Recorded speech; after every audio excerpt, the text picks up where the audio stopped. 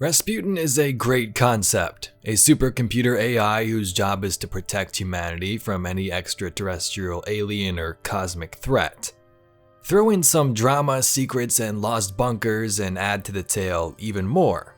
What I'm getting at here is that Rasputin has evolved a ton since Destiny 1, and today we're going to dive into some of the Warmind's lesser known facts and secrets, and give some of the casual players a better analysis of who this character is.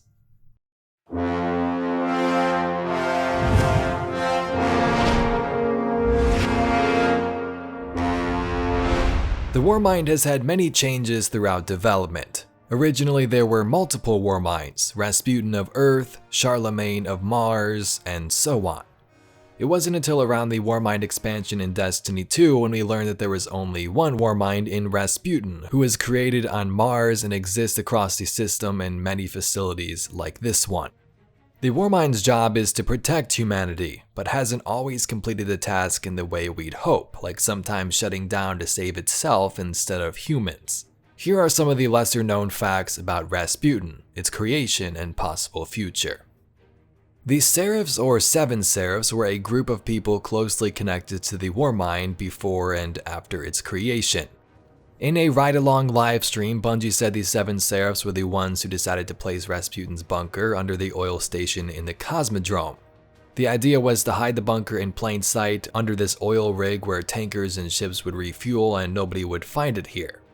It seemed back at that time the Seven Seraphs were supposed to be a faction, but in Season of the Worthy we learned a little more about this group.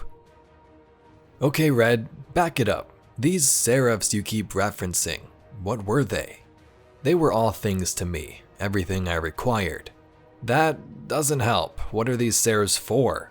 These files suggest that you built and stored planetary combat platforms for 7 Seraphs. I thought the Golden Age was a time of peace. It was a time of peace. That is a lot of firepower, Red. Swords keep peace. And this armor, even a Guardian wouldn't turn this down. They protected me. I protected them. The Seraphs are gone now? Everything is gone. So those blades you gave to the Guardians belong to the Seraphs? Yes. You trust them? Everything is gone. So the blade they are referring to there is the Warmind artifact we got back in Season of the Worthy.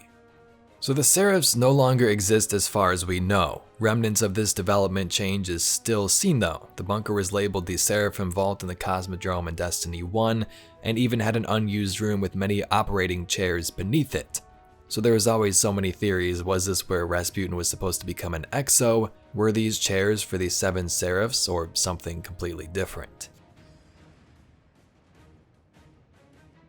Next to that, the Seraphs also worked in, well, the Seraph bunkers we see throughout Season of the Worthy. This peacekeeping force would manage these, maintain it, and contact the Warmind when needed to assist with its operations.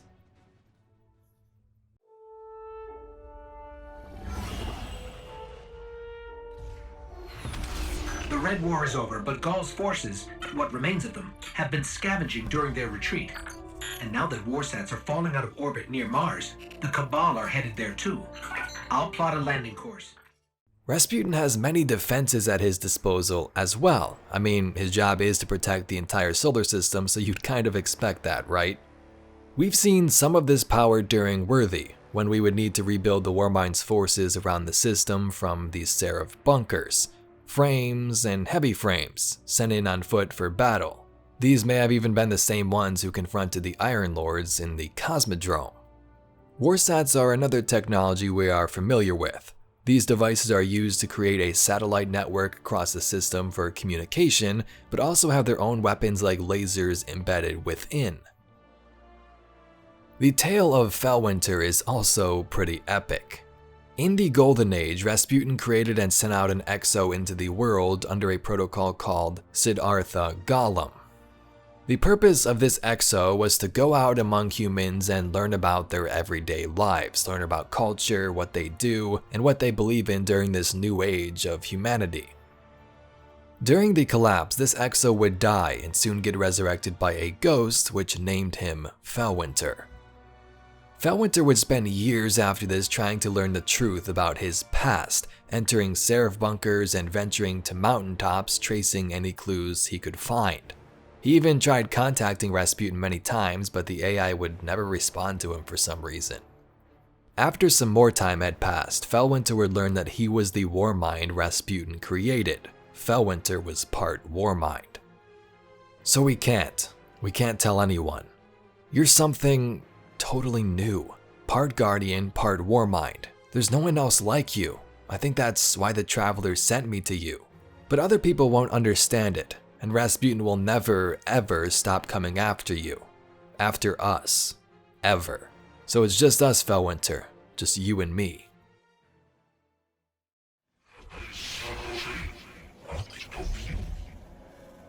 He's telling a story. In a time of great prosperity, a tyrant king sent his son to live among the people and learn their ways. He did so for many years, until a great calamity befell the kingdom. In the aftermath, the tyrant's son was changed.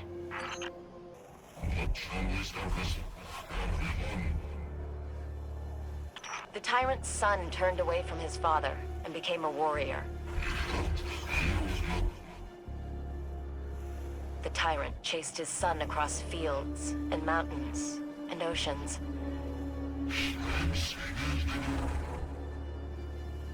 He said, "If I can't have my son, then no one shall."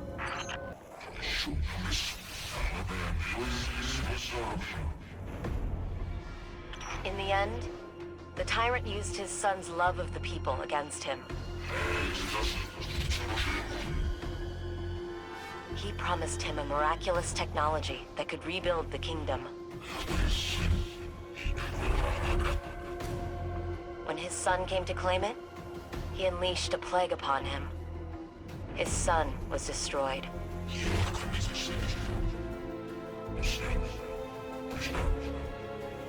And the tyrant looked upon his tyranny and wept. Rasputin was originally a safety AI intended for use on the Ares 1 mission to Mars. During the Golden Age though, Clovis Bray would take this safety AI and give it sentience, making it an interplanetary defense system that would protect humanity. When the collapse happened, Rasputin detected the darkness at the edge of space. At this point, the Warmind basically said, well, we're all going to die here, there's nothing much I can do, the probability of failure is 100%. So what he did was shut down all of his defenses and himself, and would remain dormant while most of humanity perished. During the Dark Age, Rasputin would awake though when he learned of Felwinter's resurrection as a guardian. This is when he would go on a rampage to destroy his Exo son, as he now has changed and joined the Iron Lords. This brings us up to the events of Destiny 1 and the City Age.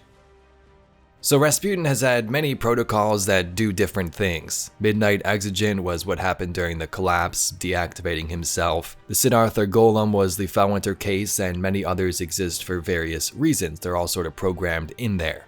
The cool thing about this whole character, in my opinion though, is that Rasputin can, yes, be of great use to us, but also can be very bad and evil in cases like Felwinter. And if Rasputin does get turned into an Exo, how will this change how the character has worked and will work in the future? Will he not have control over these orbital weapons as he's forced into this Exo body, being much more human-like like his son Felwinter was? Or will he still retain some of those capabilities? I hope this plotline does happen soon, maybe in the next couple of seasons, and we finally get to find out. There you have it, Guardians, some lesser and unknown facts about the Warmind Rasputin. I thought it'd be fun to dive into some of the backstory of this character, as we may see them in a couple of seasons. And obviously we don't have content like Season of the Worthy anymore, where you would learn about Felwinter's lie, so it's always nice to revisit this, and if you're a new player, learn the lore for the first time. If you'd like to see some more Destiny lore and mysteries just like this video, please be sure to subscribe to the channel. Anyway, I thank you very much for watching, and I'll catch you, Guardians, in the next one.